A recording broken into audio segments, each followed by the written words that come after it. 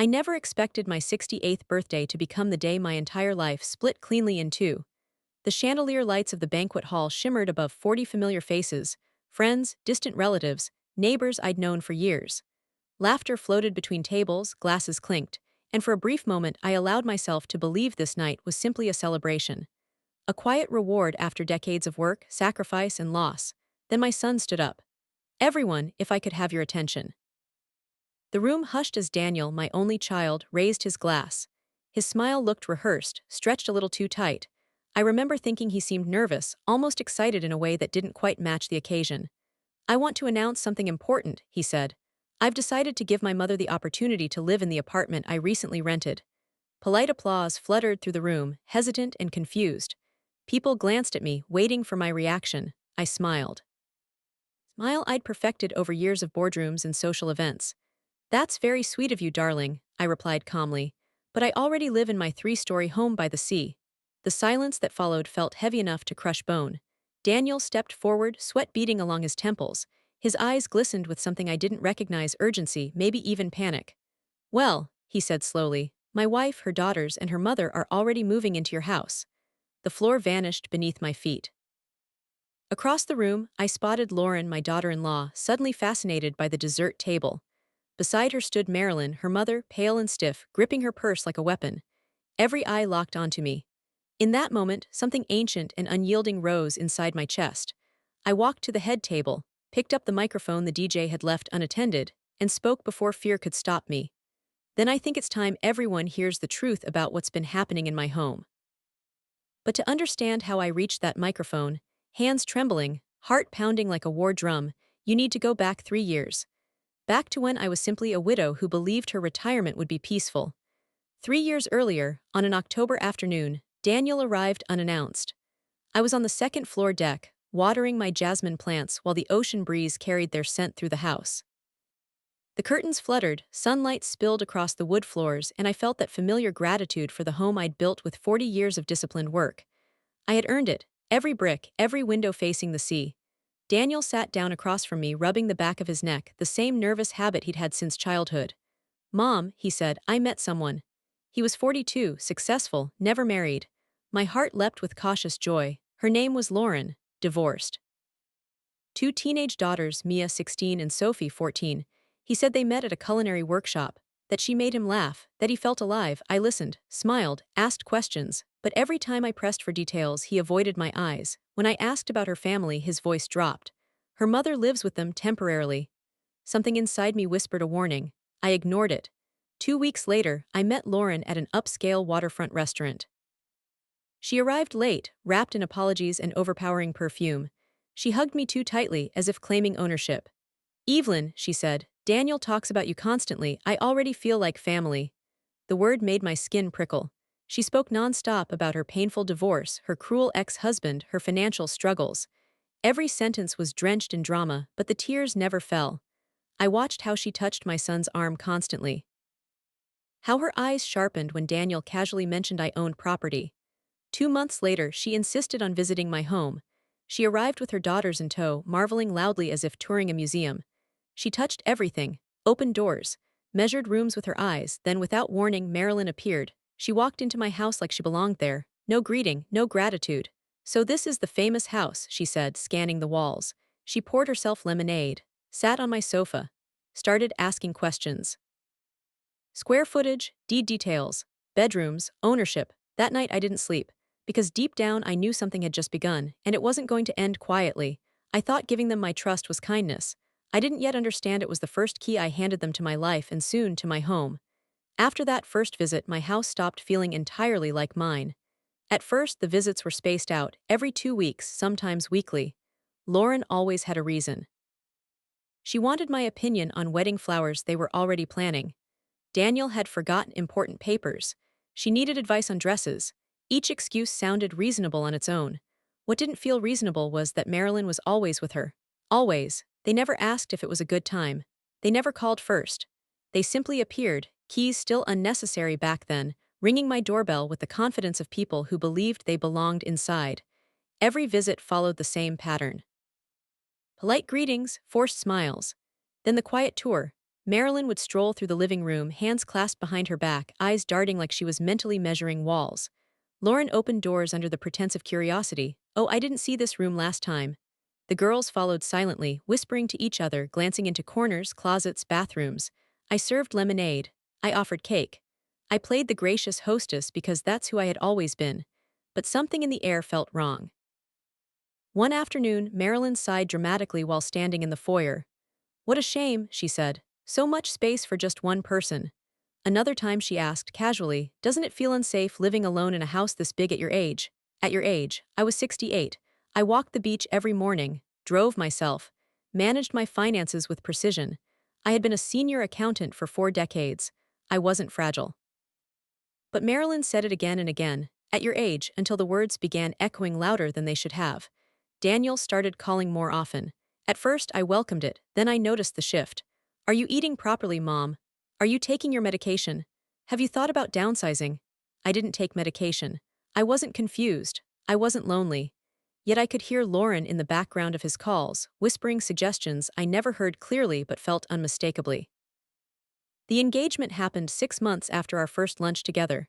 At the party, Marilyn hugged me tightly and whispered, now we're truly family. The way she said it felt less like love and more like a claim. 2 weeks later came the request that changed everything. Lauren asked for a copy of my house keys. Just for emergencies, she said sweetly. Since Daniel visits often and you're sometimes out walking or shopping, it would give us peace of mind. I hesitated. I should have said no. But Daniel stood beside her, eyes hopeful, voice gentle. Mom, it's just practical, so I agreed. The moment I handed over those keys, something in my chest tightened. The unannounced visits began exactly 1 week later. I came home from my morning walk to find Marilyn in my kitchen, brewing coffee like she lived there. I nearly dropped my bag.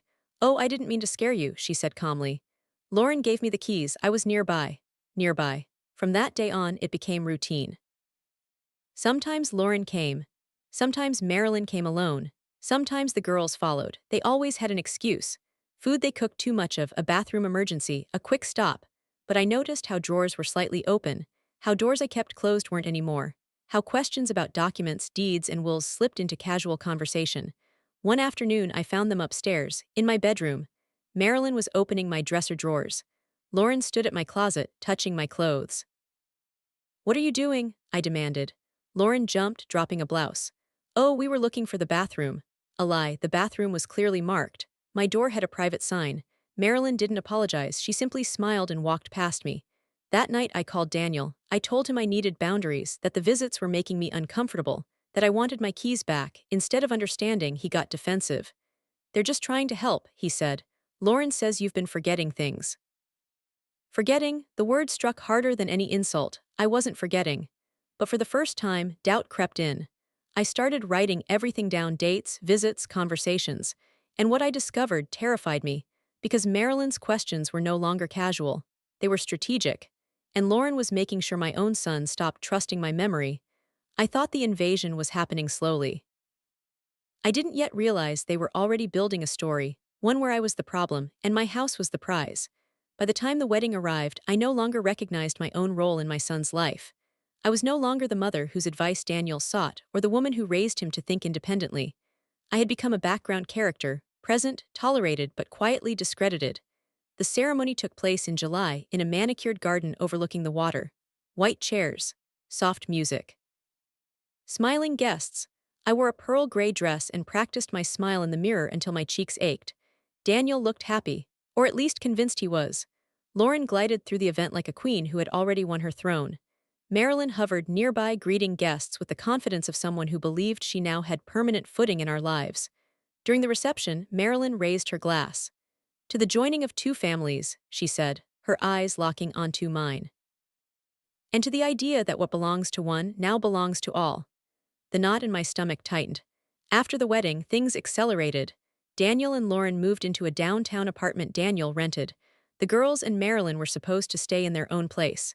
Supposed to. Within weeks, Marilyn began complaining. The apartment was too small, too loud, not good for the girls' studies, too stressful for her health. Each complaint was delivered while glancing meaningfully at Daniel, never directly asking, but always implying a solution. My house. Then came the phone call that changed everything. Evelyn, my neighbor Mr. Collins said carefully, I don't want to interfere, but I've seen Lauren and Marilyn entering your house when your car isn't there. Several times. I assured him it was fine, that they had keys, that they were family. But when I hung up, my hands shook. I decided to test the truth. I told Daniel I'd be visiting my cousin for 3 days. Instead, I booked a small hotel nearby and asked Mr. Collins to keep an eye on things. The very first morning at 10 a.m., my phone buzzed. A moving truck just arrived, he texted. My heart stopped. I rushed back. The front door was wide open. A truck blocked my driveway. Movers carried boxes into my home. Lauren stood in the doorway holding a clipboard, directing them like a project manager. Marilyn had already rearranged my living room to make space for unfamiliar furniture. Mia and Sophie ran up the stairs laughing, boxes labeled with their names under their arms. What is going on? I shouted. Lauren turned, feigning surprise. Evelyn, I thought you were away. Marilyn smiled calmly. Daniel agreed this was best. I called my son immediately. Did you give them permission to move into my house? I demanded. There was a long silence. Lauren said you suggested it, he replied hesitantly.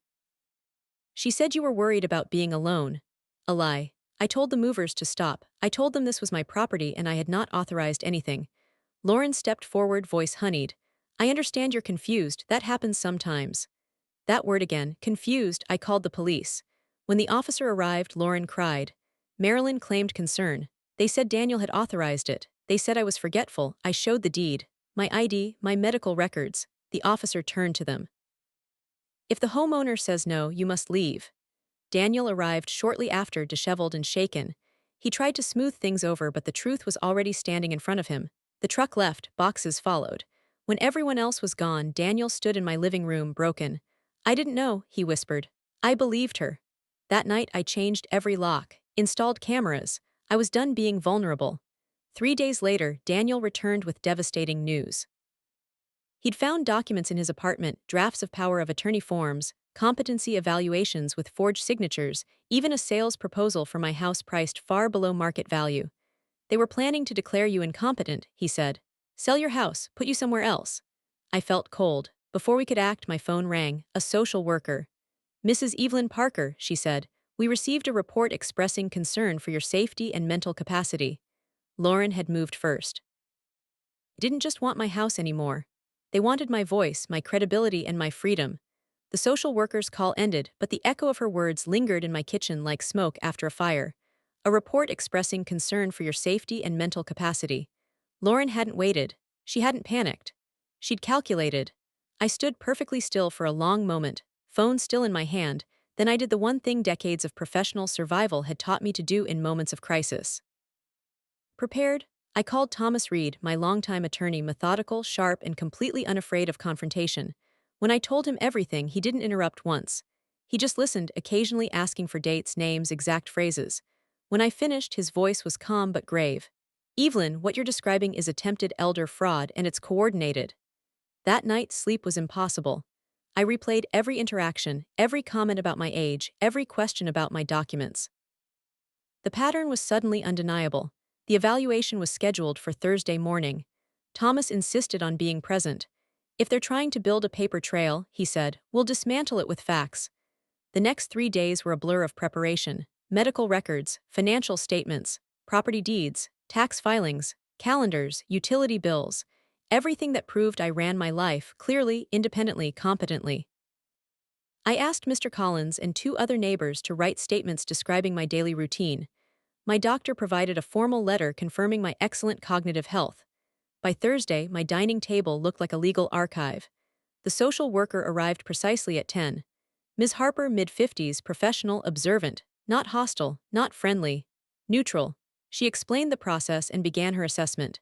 She toured my home carefully, checking safety features, cleanliness, food, supplies. She asked me about my routine, my finances, my social life. I answered calmly, steadily, never defensive. Thomas sat quietly nearby, taking notes. After nearly 2 hours, Ms. Harper closed her folder. Mrs. Parker, she said gently, I came expecting a very different situation. She looked directly at me. You are clearly capable of living independently. This report lacks credibility. Relief washed over me so suddenly I had to grip the armrest to stay composed. But the relief was short-lived. That evening my doorbell camera alerted me. Marilyn stood on my porch. Her posture was rigid, her face sharp with fury. She rang the bell repeatedly, pounding when I didn't answer. "Open this door, Evelyn," she shouted. "You think you've won?" I stayed inside. I recorded everything. She kicked my door, ripped flowers from my garden, screamed accusations loud enough for the neighbors to hear. When the police arrived, she switched instantly, tears, trembling voice, claims of concern. I showed the footage. The officers didn't hesitate. Marilyn was arrested on my front lawn. That was the moment I knew something irreversible had happened. Lauren retaliated immediately. She launched a campaign: phone calls, messages, lies. She told people I was manipulative, cruel, mentally unstable, that I'd destroyed her marriage, but I wasn't alone anymore. Friends defended me. Neighbors corrected her lies. My former colleagues, people who knew my mind and my character, stood firm. And then came the final attempt. One Sunday morning, Lauren arrived with strangers, claiming to stage a family intervention. She tried to force entry, insisting it was a medical emergency. The police came again. This time they were done. A temporary restraining order was issued. Permanent hearings were scheduled. Lauren's mask was slipping. The judge didn't take long to rule. 3-year restraining orders. No contact. No proximity, no excuses. Daniel filed for divorce the same week. When it was finalized months later, Lauren sat in the courtroom wearing black, eyes burning with resentment. She'd lost. Not just my house, but the story she tried to write about me. That night, alone in my reclaimed home, I stood on my deck and looked out at the ocean. I wasn't just safe, I was awake. And I wasn't done. They tried to erase me with paperwork and lies. What they created instead was a woman who would never be silent again. Silence returned to my house after the restraining order, but it wasn't the peaceful kind. It was the tense quiet that follows a storm, when you know damage has been done, even if the sky looks clear again. For the first time in months, no one rang my doorbell unannounced. No footsteps echoed through rooms that weren't theirs. No whispers about my condition. I should have felt relief. Instead, I felt watched. Daniel came by 3 days later. He looked older somehow, as if the last year had carved itself into his face overnight. Dark circles under his eyes, shoulders slumped under the weight of regret. "I found more," he said quietly once we sat at the kitchen table. "More than the forged documents he'd already shown me." He pulled out his phone and slid it across the table. My fingers trembled as I scrolled. Emails, notes, messages between Lauren and Marilyn. They weren't emotional. They were strategic. One message stopped my breath entirely. "Once she's officially evaluated, it's just paperwork. Daniel will sign whatever I put in front of him if I frame it as helping his mom." Another followed. "The house alone is worth enough to reset everything. We just need her out long enough to finalize it." They spoke about me like an obstacle, a problem to manage, a delay in a larger transaction. "How long?" I asked quietly. Daniel swallowed. "Over a year, since before we were married." The realization hit harder than any confrontation had. This wasn't desperation. This wasn't chaos. This was a plan. I felt nauseous, not from fear but from clarity. That same afternoon, Thomas filed additional charges: attempted fraud, forgery, harassment, false reporting. Everything documented, timestamps supported. Lauren didn't respond with apologies. She responded with escalation. Social media posts appeared vague but poisonous. Some people use age as a weapon. Imagine being punished for trying to help family. Friends of friends began calling me, confused, asking what was happening. I stopped explaining. Truth didn't need defending anymore. It had evidence. A week later, something unexpected happened. My doorbell rang. I checked the camera first. It was Mia. Alone. She stood stiffly, hands clenched, eyes red. I hesitated longer than I should have, but eventually opened the door with the chain still latched. "Mrs. Parker," she said quietly, not meeting my eyes. "Can I talk to you, just for a minute?" We sat across from each other in the living room, distance between us, boundaries firm. "I didn't know," she said suddenly, voice cracking. "We were told you were sick, that you didn't remember things, that we were helping." She pulled out her phone and showed me messages, Marilyn instructing her what to say if anyone asked questions. Lauren celebrating, almost being done. "They made us think we were saving you," Mia whispered.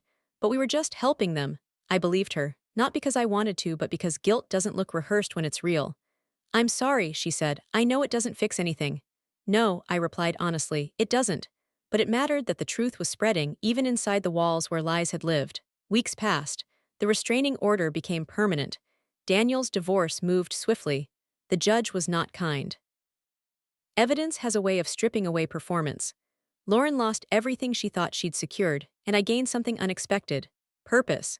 I was invited to speak at a local senior center just once, about boundaries, about warning signs, about trusting intuition. I said yes. That room was full, full of people who'd felt uneasy but unsure, who'd been told they were difficult, confused, ungrateful. I told them what happened when I finally said no. And I saw recognition ripple across their faces. That night I stood on my deck again, ocean humming in the dark. They tried to take my home, instead they gave me my voice. I thought the worst was behind me. I didn't yet know that exposure has consequences and some people don't accept defeat quietly. The fallout didn't come all at once. It came in fragments, phone calls, rumors, court notices, whispers that floated back to me through people who still cared enough to tell the truth.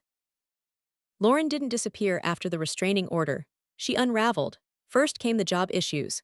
Her employer grew tired of constant absences for court hearings and family emergencies. Then came the money problems. Legal fees piled up faster than she'd anticipated. Marilyn's savings vanished into attorney retainers and bail costs from her arrest. The apartment they lived in, once temporary in their minds, became permanent in the worst way. Daniel kept his distance, as advised by Thomas. Communication went strictly through lawyers. No emotional conversations, no apologies, no opportunities for manipulation. Lauren hated that most of all. She could no longer rewrite the story directly to him. Instead, she tried rewriting it publicly. She told anyone who would listen that I had turned Daniel against his own wife, that I was controlling, vindictive, a woman who couldn't stand losing relevance in her son's life. But lies lose power when facts walk freely. Court documents don't gossip. Police reports don't exaggerate, and forged signatures don't explain themselves away. People started asking questions. Why had Lauren reported me if the social worker found nothing wrong? Why were restraining orders issued so quickly? Why did the judge reprimand her in open court? The narrative cracked. Meanwhile, Daniel was finally seeing clearly and it devastated him.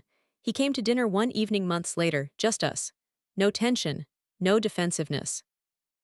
Just exhaustion and honesty. I don't know how I missed it, he said quietly. Every sign was there.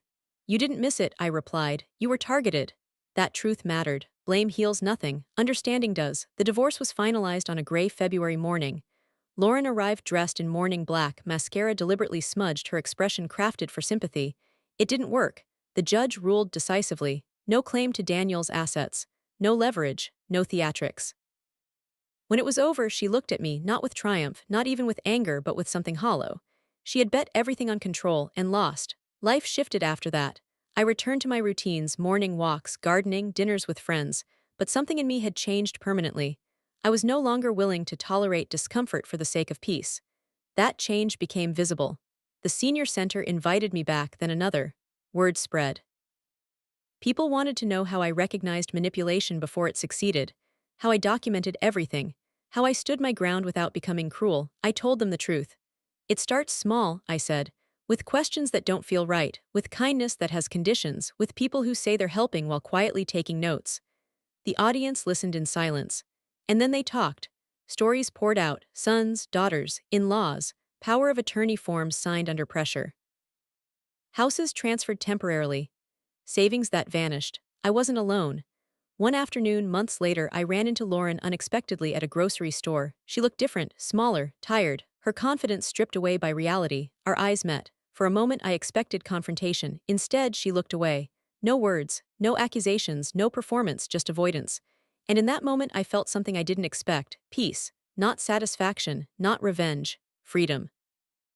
That night, as the ocean waves rolled steadily below my deck, I realized something profound. They had tried to take my future by convincing everyone I didn't deserve one. Instead, they forced me to claim it openly. Loudly, unapologetically. I thought justice would end the story. I didn't yet know the most powerful chapter was still waiting to be written. The strange thing about surviving a storm is realizing how quiet the world feels afterward. For weeks, nothing happened. No court dates. No police calls. No unexpected voices at my door. Just mornings filled with sunlight, the smell of salt in the air, and the soft rhythm of waves reminding me that life somehow had continued. That was when I understood something important. They were finished with me, and I was just beginning. The senior center talks grew into something larger than I'd ever intended. What started as one afternoon discussion turned into a monthly invitation, then bi-weekly. Then requests from other community centers nearby. I didn't speak like a victim. I spoke like a woman who had learned. I told them about the early signs, the questions disguised as concern, the way boundaries erode slowly, the danger of trusting someone who insists you don't need to read what you're signing. I taught them how to document everything, how to keep copies, how to protect themselves before things reached crisis. People stayed afterward to talk. Men, women, widows, retirees. Each story different, each ending unfinished, and every time someone thanked me for saying what they'd been afraid to say out loud, I felt something settle inside my chest. Purpose. Daniel noticed the change too. You're different, he said one evening when he joined me for dinner on the deck. Stronger somehow. I always was, I replied gently. I just stopped apologizing for it. Our relationship didn't magically reset. Trust doesn't return like a light switch. But it rebuilt slowly, brick by brick on honesty instead of guilt. He was in therapy now, working through why he'd ignored his instincts, why he'd let someone else define reality for him. I thought love meant loyalty at all costs, he admitted once. I didn't realize it shouldn't require blindness. That conversation alone was worth everything we'd survived. Then, unexpectedly, the past knocked one last time. I received a call from Thomas Reed. Evelyn, he said, voice careful, there's been a development.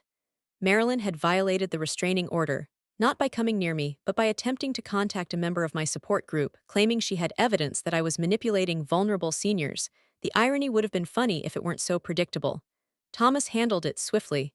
The violation was documented. The judge extended restrictions. Marilyn was warned clearly, one more attempt, and consequences would be criminal. Lauren, according to Thomas, had stopped fighting entirely. She'd lost her job, lost custody influence over the girls, lost credibility. People had stopped listening. That was the final truth she couldn't escape. Manipulators need an audience, and hers had walked away. Months passed, spring arrived. My jasmine bloomed stronger than ever, climbing higher along the railings as if reclaiming space. Friends gathered on my deck more often. Laughter replaced tension. My home felt alive again, not invaded, not defended, just lived in. One afternoon, a handwritten note arrived in my mailbox. No return address. Inside were 3 words. You were right, no signature, I didn't need one. I folded the paper once and placed it in my desk drawer, not as a trophy, but as closure. That evening, as I stood watching the sunset melt into the horizon, I realized the greatest miscalculation Lauren and Marilyn had made. They thought age meant weakness. They believed experience could be overridden, memory rewritten, authority transferred. What they never accounted for was this. A woman who has built her life once can build it again, stronger, sharper, and without fear. They tried to make me disappear quietly. Instead, they made me visible. I believed the danger was over. I didn't yet know life had one final lesson waiting, one that would redefine everything I thought survival meant. I didn't expect to see her again. Not after the restraining orders. Not after the court hearings. Not after the silence that finally settled like dust over a finished battle. But life has a way of placing unfinished chapters directly in your path. It happened on an ordinary Tuesday morning at the farmer's market near the marina. I was selecting tomatoes, enjoying the simple pleasure of choosing ripeness by touch, when I felt it, that unmistakable awareness of being watched. I looked up. Lauren stood a few steps away. Gone was the polished woman who once swept into rooms with perfume and confidence. Her clothes were worn, her hair pulled back without care. Dark circles framed eyes that no longer searched for advantage, only escape. For a split second, neither of us moved. This wasn't confrontation. It wasn't victory. It was reckoning. She looked at me as if deciding whether to speak, whether to pretend I didn't exist, whether to unleash one final performance. I waited calmly, heart steady, hands relaxed at my sides. In the end, she chose silence. She lowered her gaze, turned her cart, and walked away quickly, almost running. And something unexpected happened inside me. Nothing, no anger, no satisfaction, no urge to say a single word, just release. I finished my shopping and walked home under the sun, feeling lighter than I had in years. Not because she was gone, but because she no longer mattered. That afternoon, I sat on my deck and thought about forgiveness. Not the kind people demand of you, not the kind that minimizes harm, but the kind that frees space inside your own chest. I realized forgiveness wasn't something Lauren or Marilyn had earned. It was something I had chosen for myself. My work at the community centers expanded further. With Thomas's help, we organized legal workshops focused on protecting seniors from financial and emotional exploitation. Free consultations. Practical tools, no shame. The stories people shared still broke my heart, but they also strengthened my resolve. I wasn't defined by what nearly happened to me, I was defined by what I did next. Daniel came by one evening with dinner and news. I met someone, he said cautiously as if afraid to hope. Her name was Rachel, divorced. Independent, kind. No interest in my home, my finances, or my past drama. The first time she visited, I watched carefully, not with suspicion, but with clarity. She asked me about my garden, complimented my view, treated my son like an equal, not a resource. That told me everything. Months passed, seasons changed. The fear that once lived quietly in my bones was gone. In its place was something steadier, confidence born of survival. On my 70th birthday, I hosted a gathering at my house. Friends, neighbors, Daniel and Rachel, Thomas and his wife, members of my support group. Laughter filled rooms that once felt threatened. When Daniel stood to toast, his voice trembled. My mother was underestimated, he said, and because of that she showed us all what strength actually looks like. Tears came freely this time. Later that night, after the guests left, I stood alone on the deck, listening to the ocean breathe. I thought about the woman I had been at 66, quiet, cautious, hoping for peace. And the woman I was now, not hardened, just unafraid. I believed healing was the end of the story. I didn't yet realize the final chapter would reveal what all of this was truly for. I used to believe legacy was something you planned. Property passed down, savings accounts, photo albums neatly labeled with dates and names. I thought what mattered most was what survived after you were gone. I was wrong. Legacy is what changes because you were here. The workshops became regular, not just legal ones, emotional ones, conversations about boundaries, about how love doesn't require surrender, about how silence is often the first thing manipulators demand. People started bringing others with them. Friends, siblings, parents. What had begun as my story quietly became ours. One afternoon, a woman named Clara stayed behind after a session. Her hands shook as she spoke. My son says I'm confused, she whispered. He wants me to sign papers. I thought I was imagining things. I looked at her and saw myself from years ago, uncertain, doubting, desperate not to cause conflict. You're not imagining anything, I told her gently. And you don't have to sign a single page until you understand every word. That sentence alone was worth everything I'd endured. Thomas helped us formalize the program. Pro bono attorneys volunteered. Doctors offered cognitive screenings for peace of mind, not judgment. Banks partnered with us to teach fraud awareness. It wasn't revenge, it was prevention. Daniel often attended now not as my protector, but as my ally. Watching him listen, really listen, healed wounds I hadn't known were still open. I wish I'd understood sooner, he admitted once.